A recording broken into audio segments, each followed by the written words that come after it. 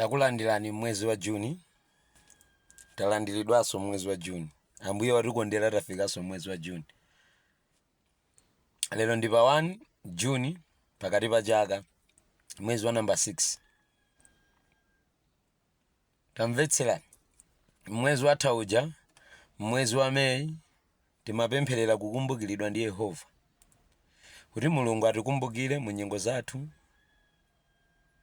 Mukaona maposti ena last week ndi ma videos ena ndi zimene timapempherera kuti Mulungu atikumbukire ma business yathu, atikumbukire mu zachuma, atikumbukire ngakhale mabanja mwathu, atikumbukire kandi pana athu, atikumbukire kandi pa maphunziro athu, atikumbukire kandi pa utumiki wathu.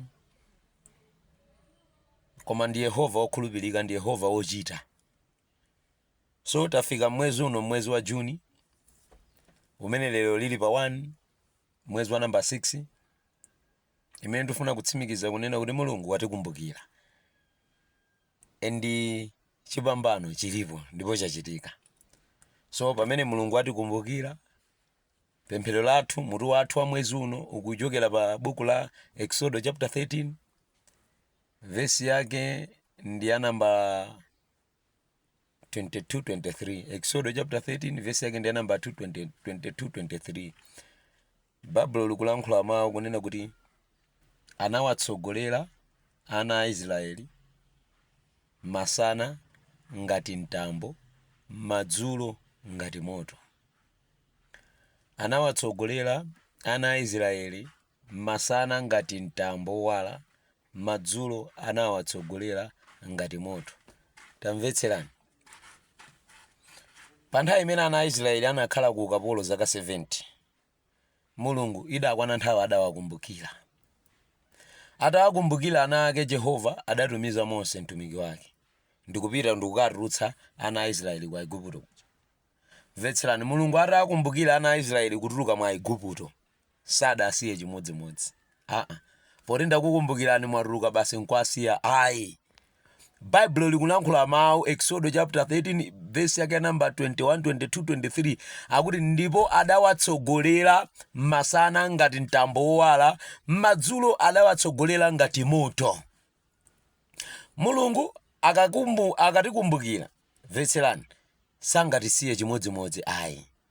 Ana a Israeli atakumbukira ndikutuluka mwa Igupto, sadasiye, adawatsogolerabe. Chonyaditsa chimenechi. Chonyaditsa ndi chapa mwamba kwambiri. So ndimalandira chimenechi kunena kuti tamvetsera. Pamene Mulungu anawakumbukira ana a Israeli ndikuwatulutsa mwa Igupto, Mulungu yemwe sadasiya, adatsogolera. Chifukwa chache anatsogolera sizonena kuti Farao adakhala chete. Atatulutsa sizonena kuti Farao adakhala chete kapena adazisiya. Farao adalimbabe mtima ankalondola. Mabvetsetsa, Farao adalimbabe mtima ankalani kodi ankalondola. Ndi chifukwa chake Mulungu adadziwa kunena kuti Farao ndowuma mtima azalondola ana angawa. Ndi Bible likulankhula mawu kunena kuti adatsogolera masana ngati mtambo wowala, madzulo adatsogolera ngati moto wowala wa mtambo. So pa nthawi imene Mulungu wakukumbukira, mvetsera, wakumbukiridwa mu nzambiri. Wakumbukiridwa mu zachuma, wakumbukiridwa ma business yako, wakumbukiridwa pa utumiki, wakumbukiridwa pa ana ako, wakumbukiridwa pa banja lako, wakumbukiridwa angakhale pa thanzi lako, wakumbukiridwa pa matenda ako. Ndimati ndikukumbutse, ndimati ndikudziwitse kunena kuti woyipayo sanakhale chete. Woyipayo ali busy kukulondalonda. Sakufuna kuti iwe mpakana ukatuluke, mpakana ukalandire, mpakana ukaboleze.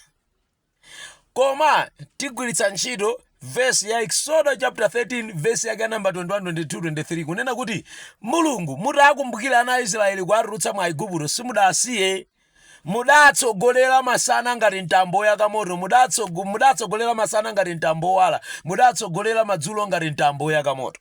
Chifukwa mudadziwa kunena kuti Farao adzalondolabe. Farao afunafuna bata amaliza, sakuvomekeza kuti niyo Mulungu mwapulumutsa. Ndiye inu Yehova simudasiye, mudatsogolera.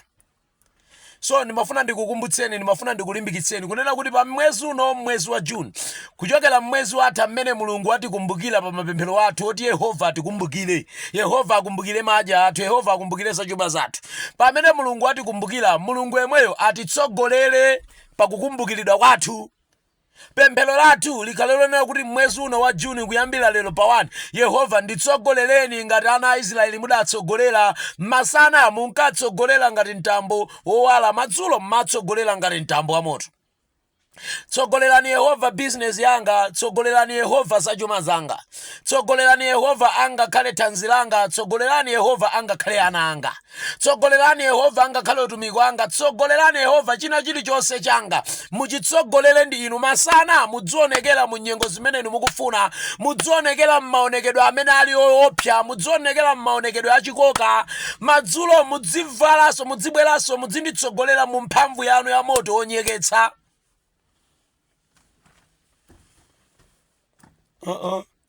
Inu tikuyenera rifero kudalira Yehova, tikuyenera kumuuza kuti Mulungu titsogolereni.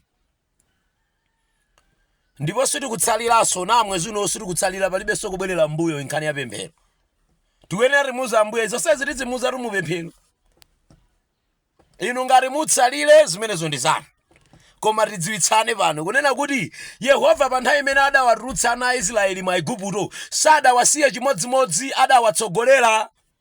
Mulungu wathu sadawasiya, adatsogolera masana ngati mtambo wowala, madzulo adatsogolera ngati mtambo wa moto.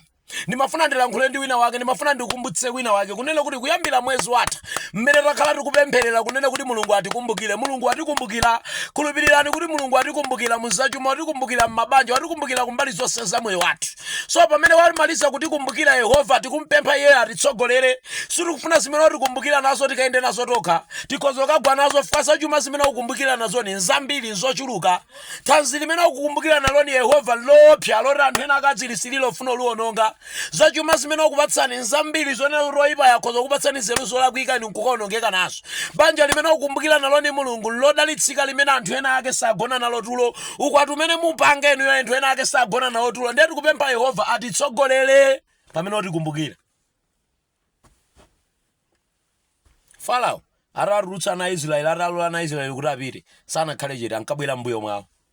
Zidatengera Yehova chifukwa choti adali patsogolo pawo masana ngati mtambo. Zidatengera Yehova adali patsogolo pawo madzulo ngati moto.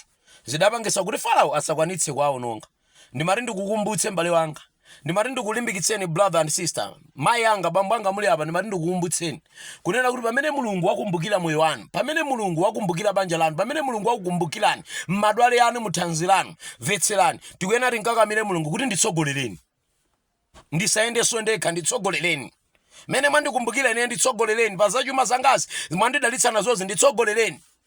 Mudzionekera pa moyo wanga kudziwika kunena kuti niyo Mulungu mukunditsogolera. Pakuti ana a Israeli aja pamene munkatsogolera kudadziwika kuti ali ndinu Mulungu wa moyo. Chifukwa chachani Farao adakathera pa nyanja? Zidadziwika kuti amatsogoleredwa ndi Yehova. Momwemonso eneyo munditsogolere Mulungu, kutitsogolera kwanu mphamvu yanu ya Mzimu Woyera ikakhala pa ine. Munditsogolere ndi machitidwe anu woopsa mu usiku, kuti oyipawo akafika adziwe kuti no, uyu si wamasewera.